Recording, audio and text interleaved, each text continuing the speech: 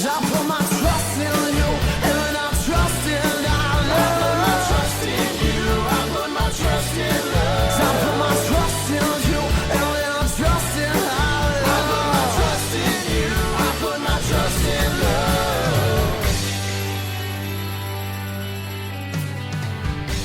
Hello, friends. My name is Dane Miller. And I'm Niall Spain. And we're your fuck buddies. We are a dating and sex advice podcast where we take your sticky, sexy situations and turn them into sexy, sticky situations. Simply put, we answer sex and dating advice questions on this podcast every week. And you know what? We love doing it because of you. And you can send in your questions whenever you want. Send them right to us or come right up to us at Toronto Comic Con and tell us there. Yeah, we'll be there Friday and Saturday. Friday, Saturday, March 14th and 15th. Come by, grab a condom, say hello, shower us in money if you want. We like that. I thought you were just going to say shower, but hey, Sure, yeah. It is a convention, perhaps. You put a little extra effort into personal hygiene, being around all those people. You can get warm down there, so I shower prior because, you know, you don't want to be those stinky podcasters. I shower after to get all the nerd stink off me. It's all from me. Yeah. Yeah. But this week we're going to talk about discovered my husband's AI conversation with my sister. Is it bad to wear a Rolex on a date?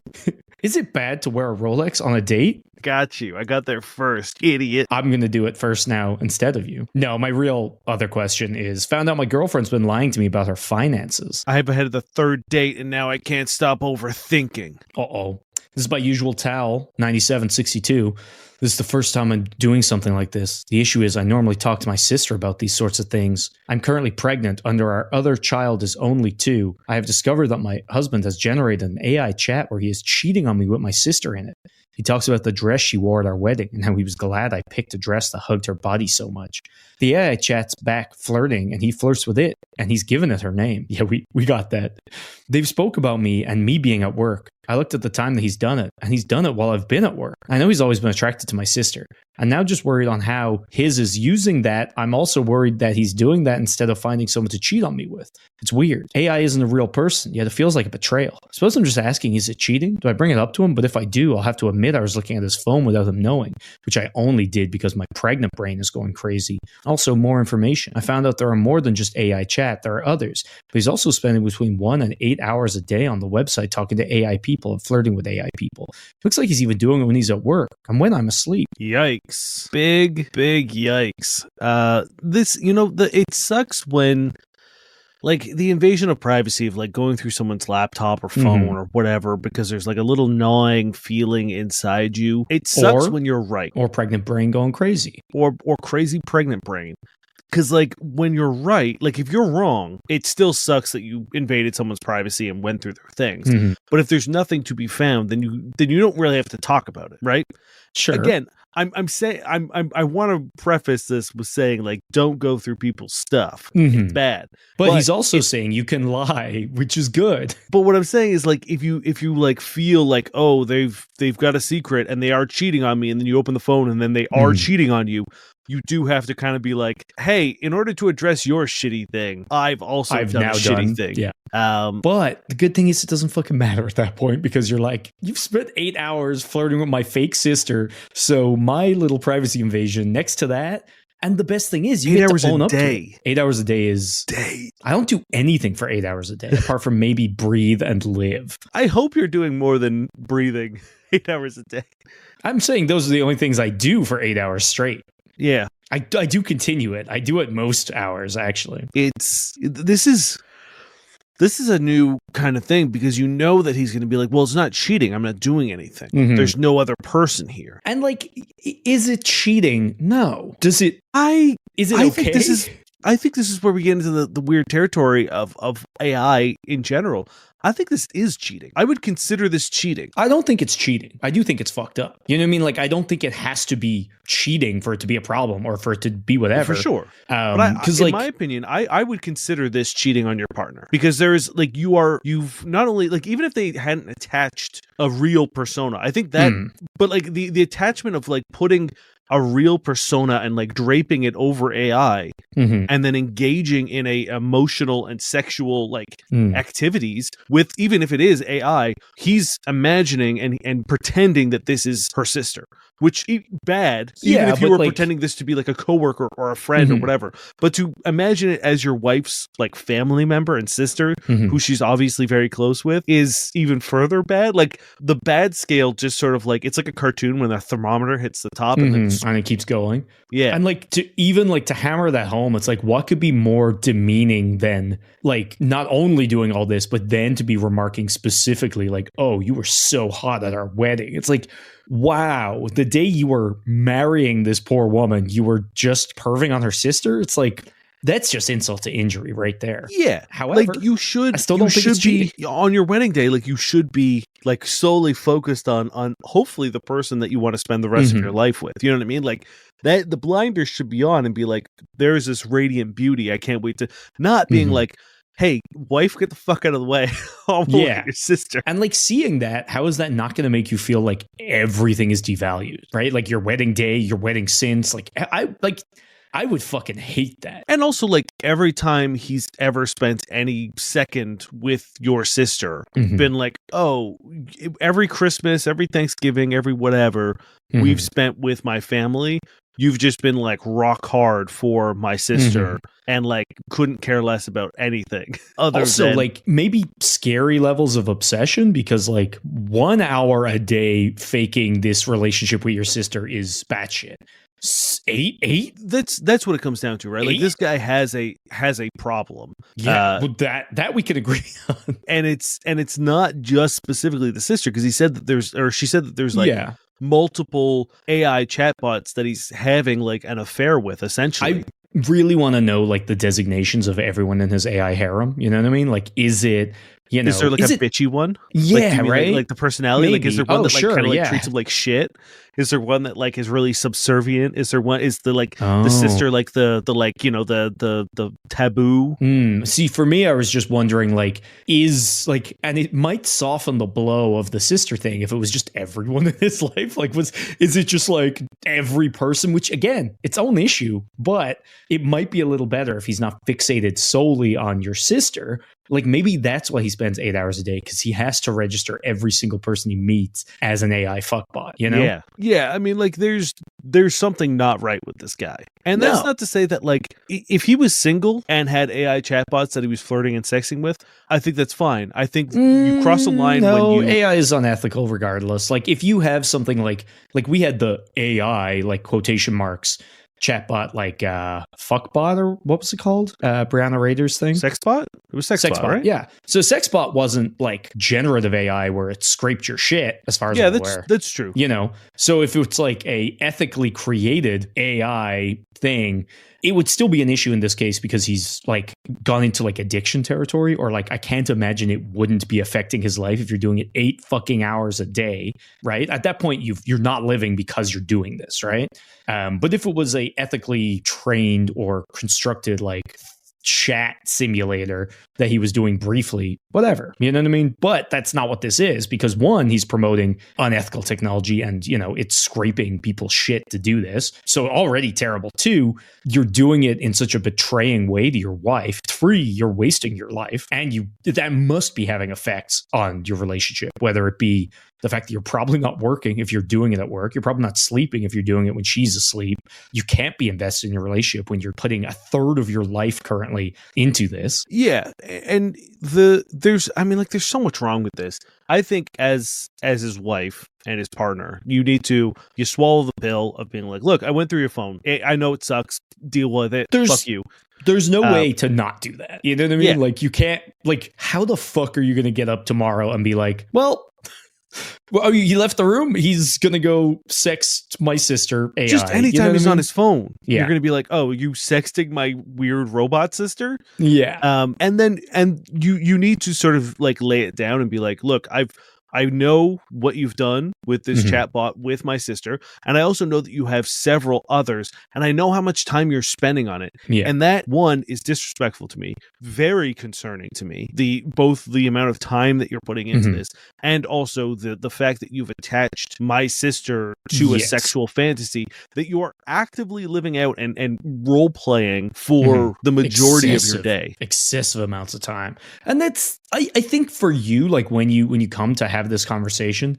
I think it is probably worth compartmentalizing each issue separately so that you can actually approach this, because it's an overwhelming amount of shit. You know what I mean? The fact that he's doing it for so long, it's its own separate issue. You know what I mean? The fact that he's doing it is a pretty bad issue, but then the sister takes it further. It's like there's so many different parts that like there's no harm in separating them before you have this chat so you can really structure where and why you're annoyed. Because it would be so easy to get into this conversation, just get lost in like the torrent of shit. And I'm sure he'll be coming at you with the stupidest, worst excuses. AI is the future. What are you talking about? Oh yeah, give him shit for AI as well. It's unethical. This is one of those things where I think that like if he's not willing to go to therapy, like I don't think this is something that's going to cut out cold turkey, right? Like I don't think someone could just be like, oh yeah, it's not a big deal, I'll stop doing it, I'm really sorry. I think that like someone this lost in the sauce requires, he is the sauce at this point. Yeah, the man is made of sauce. I think at this point, like, requires him to at least go to like one session to unpack the situation and like for sure get a diagnosis. Probably like, couples counseling too, because you're going to need to heal from this too. Like, I don't think you're going to very easily get the fact that he's that obsessed with your sister out of your brain. Yeah, you might say to yourself that you can, but like, I don't think you can, girl. I would wager a lot of money that the relationship doesn't last past the conversation in which you have with them.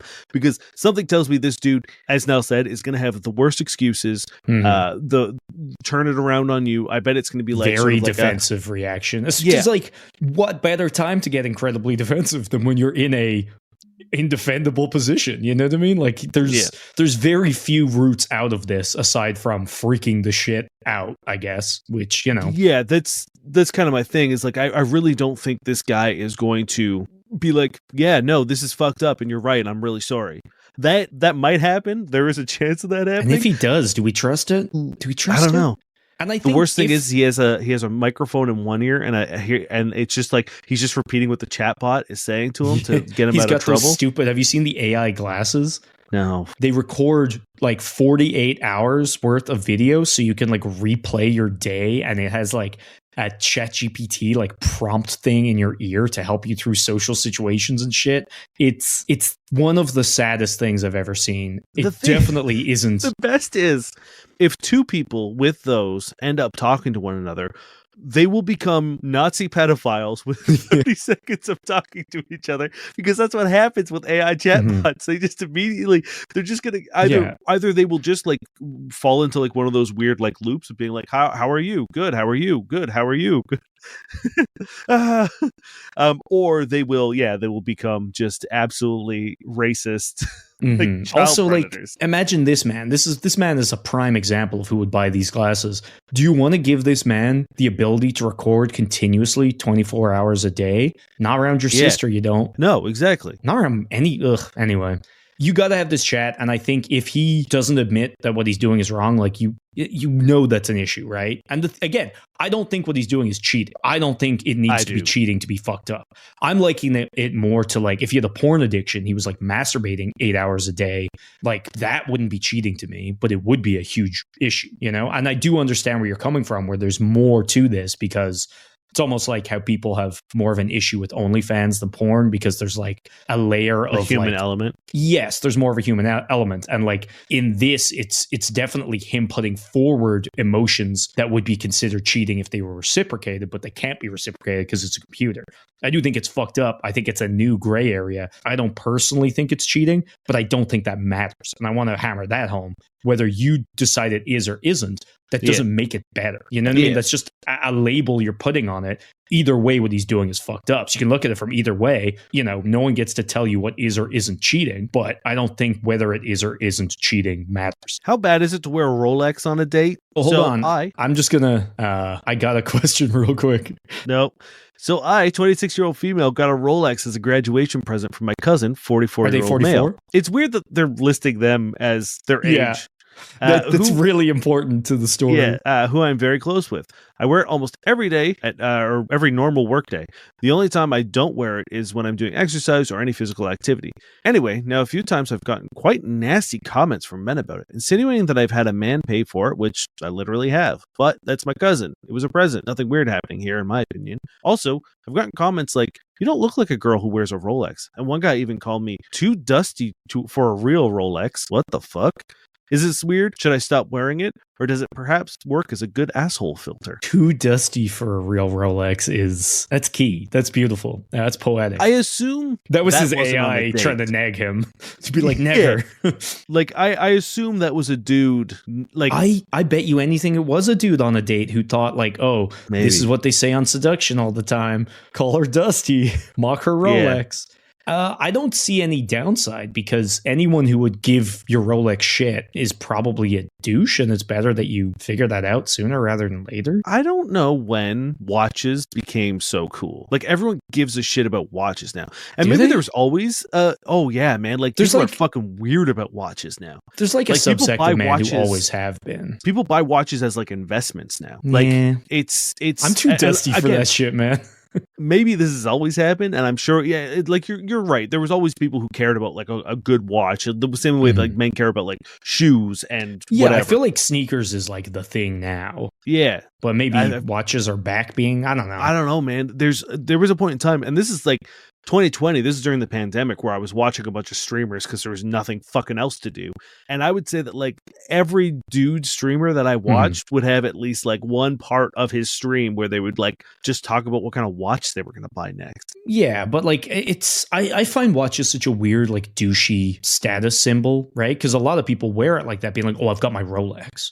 Like, oh, it's the same as being like, I've got my Ferrari. You know what I mean? Like a lot of people, and it kind of stems from this toxic masculinity thing of just being like, oh, that's your worth, right? Like your worth is money, and the watch means you got money. And like, you know, I don't know. I had a fake Omega watch once that my ex got for me in Thailand, and like I liked it because you could see the little clock bits in it, but it wouldn't work. Well, like it was like see-through, and you could see all the gears and shit. It was really cool. Had one of those 90s plastic see-through with all the colored bits. No, you know what I'm talking about? It was like cool. The phone. It was very classy and cool. But like, I don't know. I always hated having something on my wrist. Like it just bothered me. And because it was a cheap knockoff, it would just like slowly phase out of time. I'd just be like an hour behind. I'm like, what the fuck? I like a good watch, but I've never like I work in the service industry. I'm a bartender.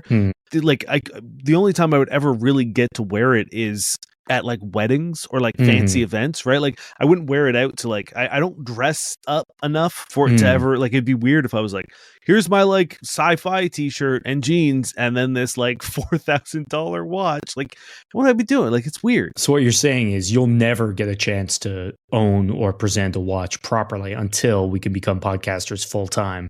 And the only way we can do that is if you join our Patreon. It's true. That's the only way I could overspend live his on watch life. Yeah. If a woman wore a Rolex on a date with me, hey, you want to know something about me? I wouldn't even notice, man. I wouldn't know. I might notice like idea. Watch, but like I wouldn't know it was anything significant unless it was like obscene. If it was like fucking huge, you know what I mean? She's got the Flavor Flav like pendant Rolex fucking clock just hanging off her. Like it just wouldn't register. No, it's the same thing with like jewelry. Like I have this conversation with my partner a lot because she really likes like nice jewelry and she like looks at pictures of it and stuff. And honestly, like to me, like a ring is a ring is a ring is a ring. Like we walked past. We were at the mall one day and we were walking past like all the jewelry stores. And I was like, none of this looks different to me. And like if you showed me one engagement ring, it would look exactly like another engagement ring, unless like it was something fucking crazy. Like unless it was like insane. But like people freak out about engagement rings. I was like, the only thing I can be like is like that diamond is bigger than that diamond. The cut, the shape, the everything else means nothing. None of it looks different. Same thing with like necklace. Like everything just looks the same to me. And I'm not saying it does. I know that there is it's a talented profession to to Damn, make you're nice just jewelry. coming for all the jewelers, huh? But half our stream just left. None of it looks any different to me. So like, I don't think I would be able to at like glance know the difference between a $20, silver chain and a, $4,000 silver chain. I really don't think I would be able to figure it out. Not at all. So I don't know. I think the only reason I would recommend you don't wear it is if you make it a significant part of your personality. You know what I mean? Like if you're like trying to, maneuver so your watch is there, or you keep bringing it up, or like, is it a thing that, yeah, right? Like, are you weird about it? Because if you're weird about it, maybe the weird comments you're getting back are like retaliatory, you know what I mean? But if you're not weird about it, why not weed out the assholes? Yeah, if you're just wearing it and people are losing their fucking minds over it, I think that is an excellent. Yeah, you're doing the world a service. You're upsetting awful man, and that's, it's a time honored. That's what we do every week. Yeah. If you could just, and it's not even, you're not even doing anything. Like, think of how many men spiral just as you walk past, and they're like, a Rolex. It's like, but she's so dusty. It's like train madness. You know about train madness? Yeah, you know about train madness. Train madness. It's where when men couldn't understand that women were also on the train, they would go fucking crazy. Women suddenly got a modicum of freedom when trains became like prevalent, and men just fucking lost their minds, started like smashing windows and crying. I imagine that's what's happening. I guess this woman walks down the street. ROLEX madness.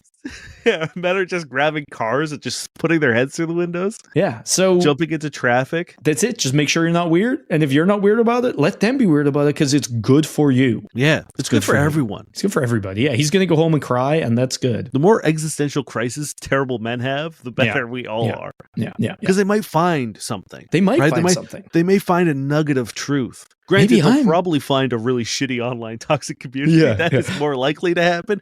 But maybe, just maybe, they'll be like, it is okay for women to wear a Rolex. Maybe I'm the dusty one. Maybe I'm too dusty for a Rolex.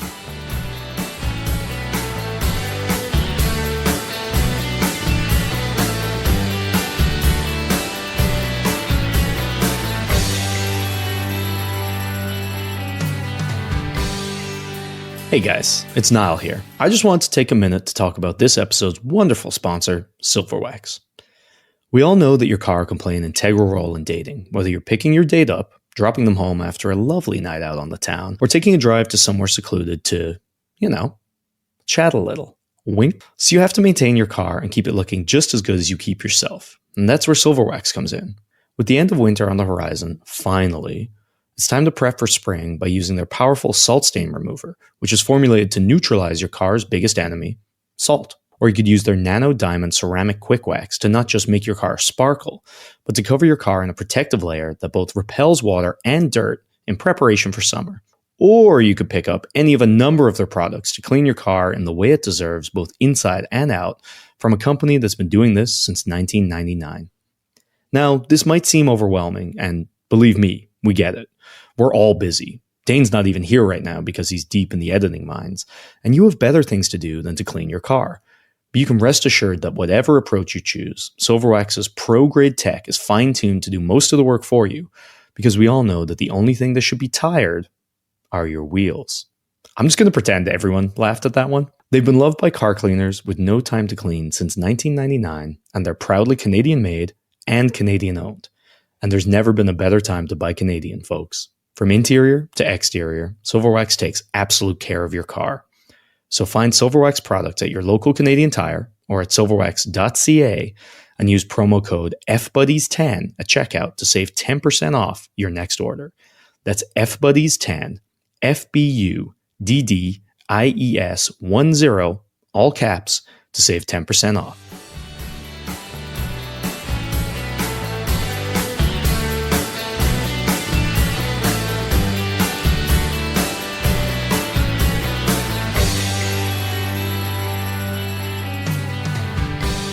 By Erectile Kai.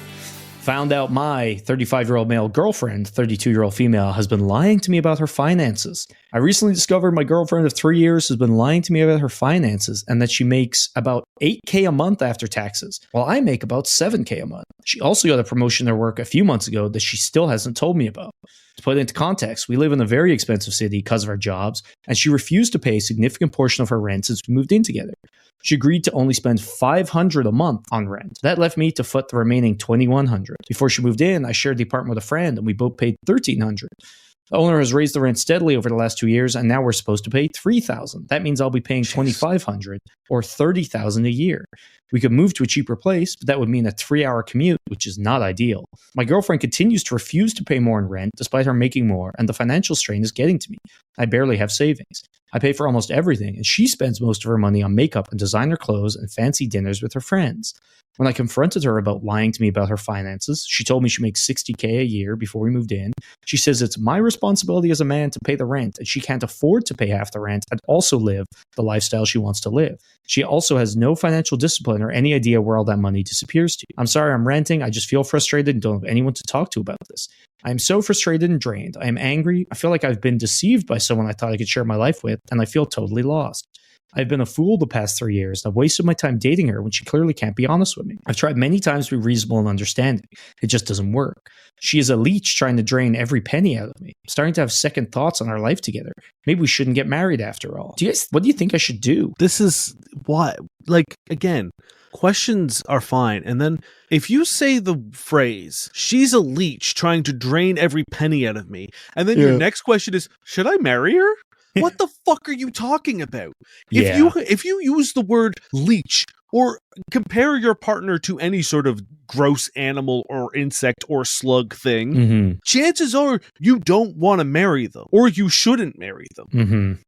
What the fuck are you talking about? It makes me so mad. I can't imagine a conversation where, like, one, if she's making $60K a year and she's only like, I can only give $500 a month, that's already fucked, right? But secondly, to then be like, oh, wait, you make more than me? And her be like, lol, I want to go have fancy dinners with my friends, though. Like, I'd be so gone. I'd be like, yo, that's so incredibly fucked up. Thank you for being a piece of shit. You're not her partner. You're her butler. I don't think I would ever date someone who wouldn't pay half rent. Like, if you're moving into a space, if we're cohabitating an apartment, and you don't want to pay half rent, I understand, like, situations, right? Yeah. Like, if someone lost a job and I had to pick up the slack, for sure. Absolutely, that's fine. But if someone was just like, I don't want to do this, I'm not going to meet you in the middle and split things evenly. Like, that, to me, is an immediate no. If I was dating someone and I asked them to move in with me and they were like, yes, but I won't pay the same amount of rent as you. There's no way I think I would go forward with this unless it was like, I don't have a job right now. Yes. But once I do, I will contribute. If you made Rolex money. Yeah, if I was making Rolex money, it would if be you were nice just like to cover dripping in rent Rolexes, you know? Yeah. But like, how can you earn Rolex money when you're on AI chatbots 8 hours a day? And when I'm paying 80% of the rent. Yeah. But even then, to turn around later and find out that you made this agreement and she also lied to you, like, unforgivable. Yeah. Like, yeah, such a horrible thing to do to someone. And then to turn around and be like, you're the man. Like, that's it disgusting for me, right? behavior. Disgusting. And like, I'll bet you anything she doesn't want the other shitty traditional roles to come into play. You know what I mean? Yeah. Does she make dinner every night? Does she want to be controlled? You know what I mean? Like, are you now in charge of her? Laundry and cleaning? And like, does she do all the things that, like, quote unquote a woman should do in a relationship? Is it, let's say, before people clip parts of this out of context, definitely are also fucked, but like, you can't pick and choose and be like, oh, I want some fucked shit to apply so that I benefit, but no, I don't want fuck that old way of thinking, that shitty system in every regard. But like, to think that you could be like, oh, I don't want those things, but I do want to fuck you over, is so disgusting. Yeah, I want to put in zero effort and profit the most out of this. It's bad. It's so shitty. It's again, like, robbery. This is why you have conversations before you move in with a partner. When my partner and we moved in fairly quickly in terms of like what we both normally would do, but we had a very, very like blunt conversation about like, how do you feel about this? How do you feel about that? When it comes to this, what would we do? Like, you know what I mean? We went through like a pretty solid checklist, a pretty long one, about how we felt about, you know, living together and living with a partner, and what our responsibilities and if you don't have, like, if you're moving in with someone, you should do that no matter what. And if at any point in time anything pings as not ideal for you, you either need to address it or deal with it. And if or both, or both, hopefully.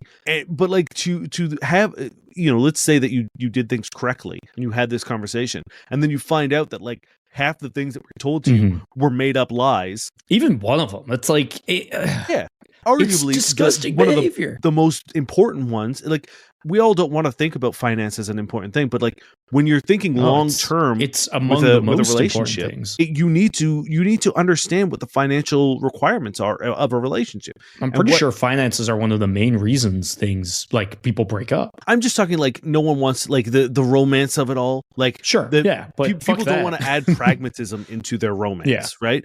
But it's one of the most important conversations to have when you start like living together, and especially when you start thinking about like a long-term thing. Like, obviously when you're having a fling, fuck it, whatever, but like if you're considering marriage, like, also just moving in together, are you but these people are talking I should marry her. Wait, we've got it. She brings in more money than you. Marry her, divorce her, take her half. Although she spends it all. Yeah, fuck. That's what I'm saying. That's not even true. I'll bet you she's banking a significant amount. 100%. And you're the one struggling. She's like, I'm no idea where the money went. She's got money. Marry her, divorce her, take half. Boom. And now you've flipped gender roles beautifully. And it's great. You're the gold digger. But like, what was the plan if you got married? Were you going to merge bank accounts? Because then it doesn't matter who's like money. I think it still definitely does, because like then she'll still be taking your shit. You know what I mean? But sure. But what I'm saying is like if you merge bank accounts, like 3,000's coming out, whatever, right? Like, but I'll bet she wouldn't. Well, but that's the thing is like, was that the plan? Was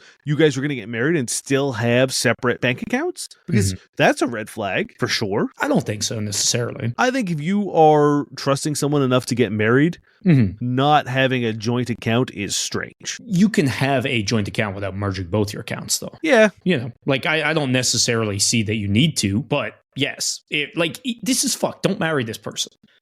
Anytime. Again, if you use the phrase, she's a leech trying to drain me of every cent, your next logical leap is, should I marry her? I'm not sure if I should. Yeah. It's funny because reading the question, I'm like, oh, we're going to get to the end and it's going to be like, he answered his own question. Like, we don't even have a question, because it gets worse as it goes on. He's like, well, marry, and then like, oh, she's kind of shit. And, oh, she's a leech. But then at the end, marriage, which hadn't been mentioned. I'm like, come on, dude. Like, if you dump her, right? Kick her out, dump her. $500 more a month. That sucks, but you're going to be okay. Buy some fucking cheap food and then start to rebuild. Get a roommate if you can, which you clearly could have. And very soon you're going to be fucking gold. You know what I mean?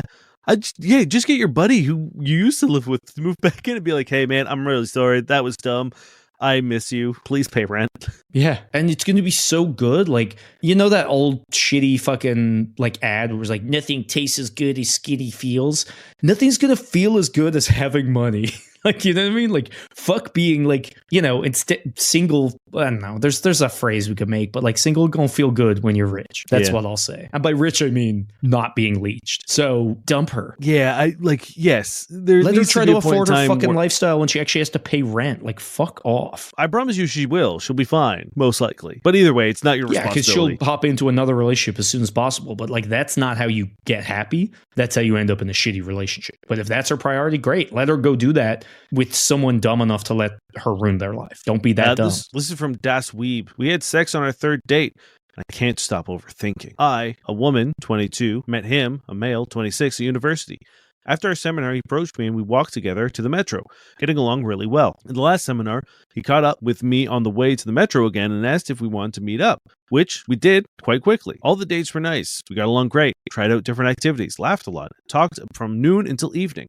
After the first date, he quickly asked me for a second date via text. After the third, I asked him. On the third date, it happened, and after a nice day, we slept together. That was 2 days ago, and since then, I've been paying attention to every last online status.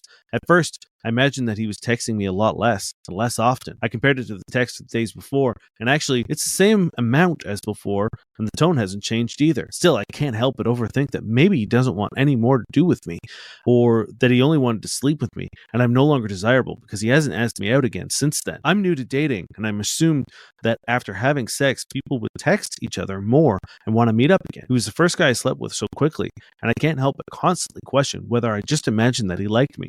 I don't know what to do. On the one hand, I would like to ask what's going on, but I don't want to be pushy or show him how many thoughts I'm having about this. On the other hand, I'd like to know if he's going to ask me out again, and if not, then I've got my answer. I just feel like an idiot for having sex so quickly, even though it felt like it right at the moment. I feel even more like an idiot for checking my phone every 5 minutes and hoping for a message from him. Girl, take a breath. Step 1. Step 2, do not go, what's going on? What's wrong? Because you already told us that nothing's going on and nothing's wrong. You're like, that's the best part of the question. You counted the number of messages. You said they haven't changed. You even have the wherewithal to be like, nor has the tone. Yeah. So you know you're making shit up in your own head. And the best part of this all is, my advice here would be you ask him out, right? Which I know for some people is so scary. You've already done it. You did it for date 2. So it's not bad to do it again. Not that it would ever be bad, but you've already asked him out. Just do that again. Unless now that you've slept together, you can't ask him out. At which point, you're the one being weird, which you are. You definitely are the one being weird. Like, let's be fair. In this case, you are the one being weird. And I would, you've analyzed his texts. I would maybe take a second and analyze your text and see if your tone has changed, because I promise you it probably has.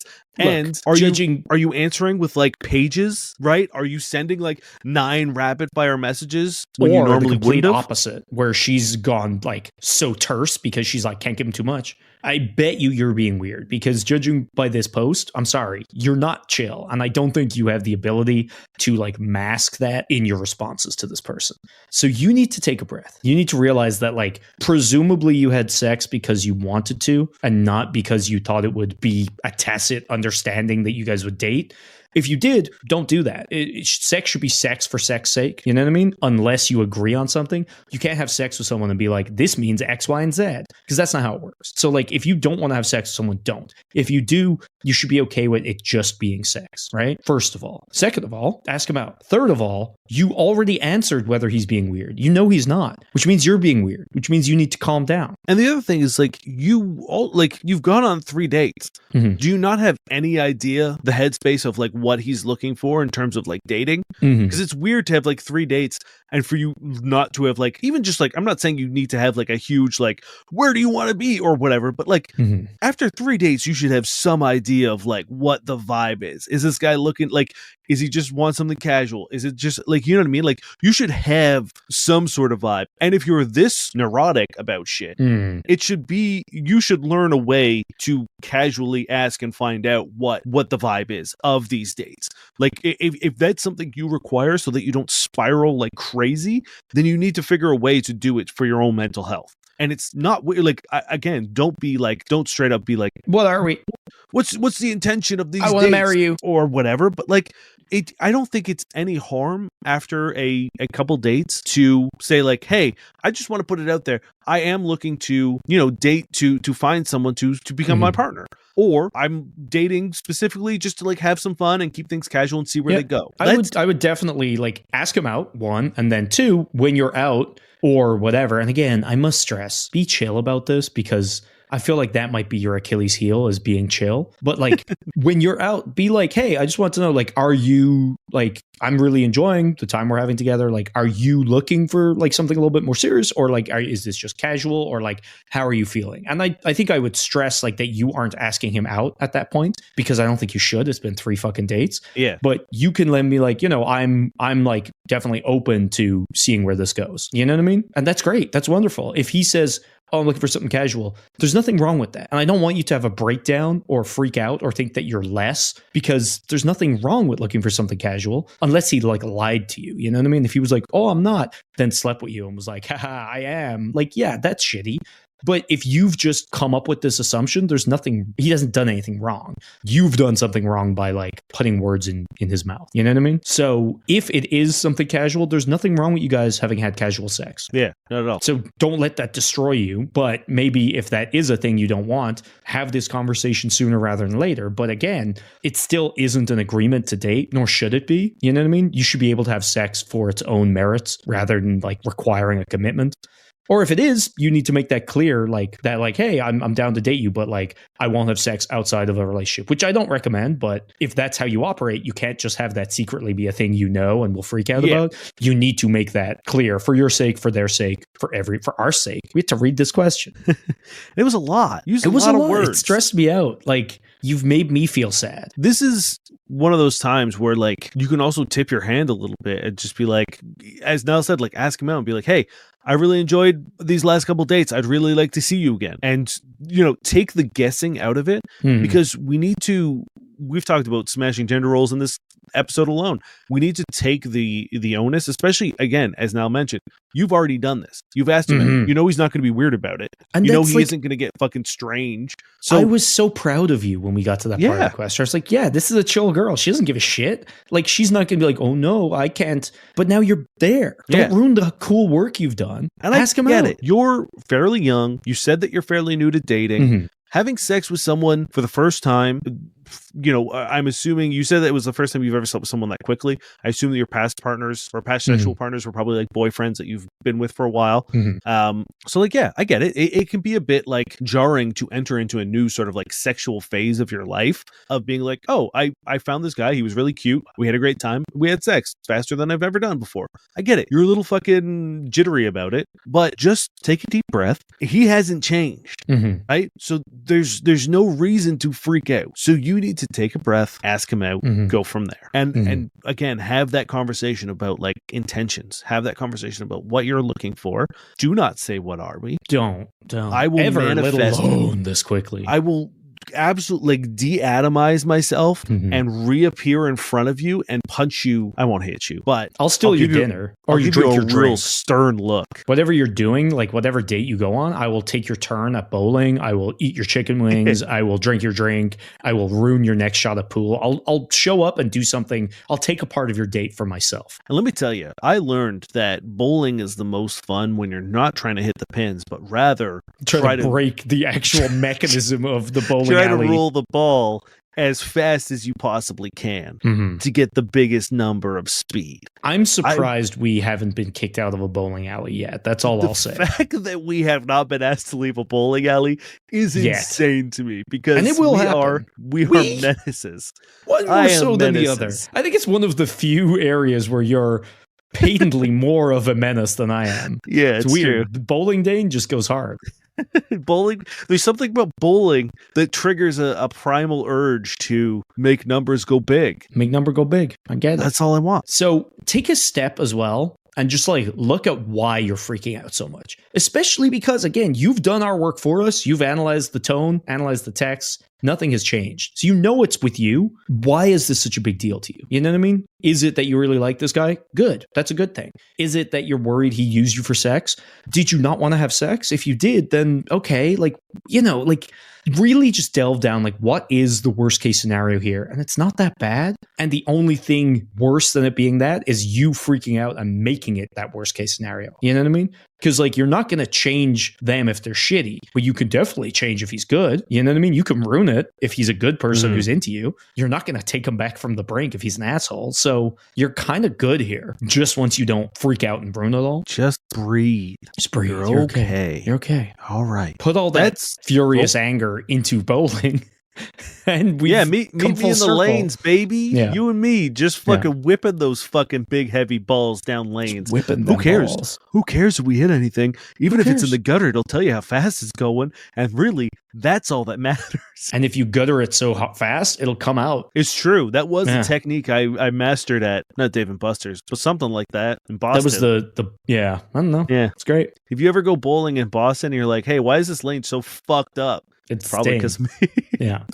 Thank you very much for listening, friends. That's going to do it for this episode.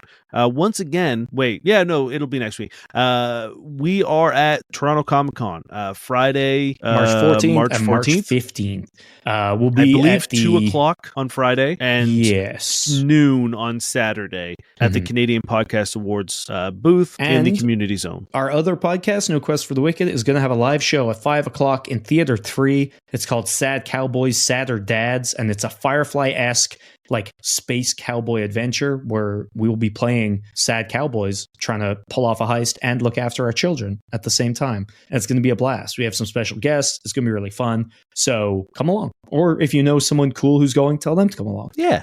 And then come say hello to us. Yeah. We'd love to see you. Also, it makes us look good. It does make us look good, and I like that. Also, shower some money so Dan can buy Rolex. Yeah. Speaking of which, Patreon. Go join that. Thank you, Josh Eagle and the Harvard Cities, for their song Paper Stars.